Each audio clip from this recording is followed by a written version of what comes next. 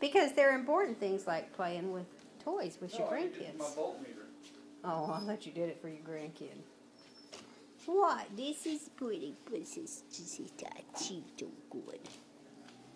Okay. Well, don't think I wouldn't have yanked it for my grandkids.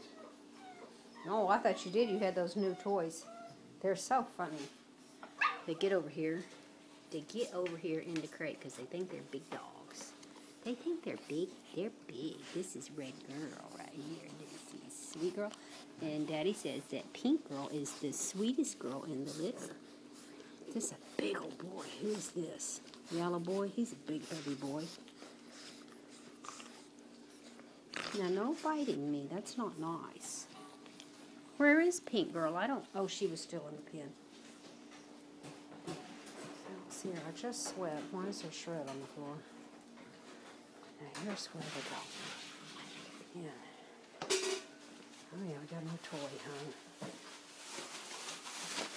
Where is Pink Girl? Please stand up. I don't see her. Where is she? Oh, here she is. She's her right here. Yeah. Daddy says you're the sweetest girl. Are you the sweetest girl? Are you the sweetest girl? You had to put up with all these mean boys, is what it is.